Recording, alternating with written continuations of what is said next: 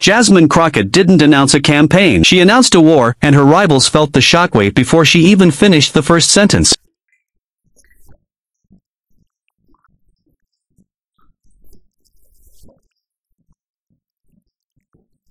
She stepped up to that mic like someone with nothing left to lose and everything left to prove, and the message was unmistakable. Texas deserves a fighter, not a placeholder.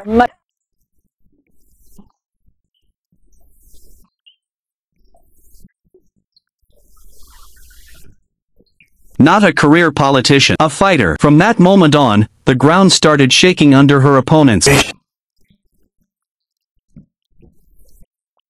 When I say that you are— Because Crockett didn't pretend this race was polite. She didn't sugarcoat the stakes. She pointed directly at the leaders who kept promising stability while Texas spiraled deeper into crisis.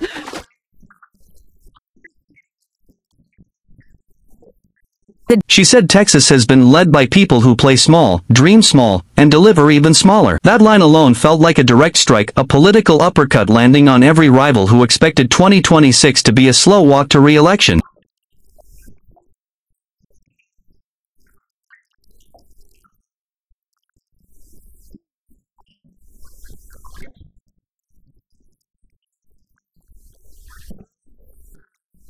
Then she drew the contrast sharper. While others delivered speeches, she delivered receipts, the grid collapsing, hospitals shutting down, teachers leaving classrooms in record numbers. And with each example, she asked the same question. Where were the people in power when Texas needed them? That question echoed like an accusation aimed at her biggest rival, the longtime incumbent who built a career on promises Texans are still waiting to see. She didn't mention his name. She didn't need to. The silence in the room after that line said everything.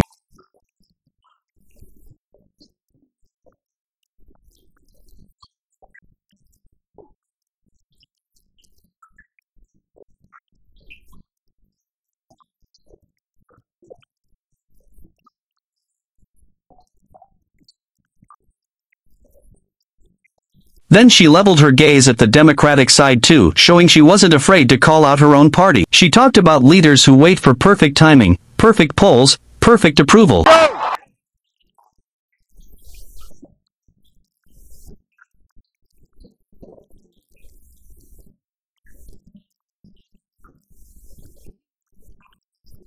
And said Texas doesn't have time for candidates who tiptoe around tough fights. It was a shot across the bow at every polished, scripted opponent who spent months preparing, while Crockett walked in at the final hour and blew the door off its hinges. And when she referenced the insults thrown her way, the labels, the mockery, the attempts to discredit her, she didn't hide from them. She said, "If they think calling me names will keep me quiet, they've forgotten who I am." That wasn't just defiance. That was a signal flare, a message to every rival who underestimated her. She framed the race as a battle between those who watched Texas fall apart, and the one person willing to fight like the house is already burning. Critics call her too loud. She calls them too comfortable. Her rivals call her unpredictable. She calls herself prepared.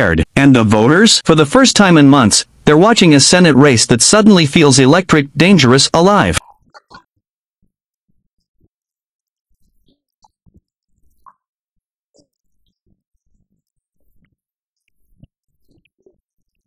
Because Jasmine Crockett didn't enter as a candidate. She entered as the outspoken disruptor nobody accounted for, the one willing to strike directly at the complacency that built this crisis. If this was her opening shot, her rivals should be terrified of what she fires next.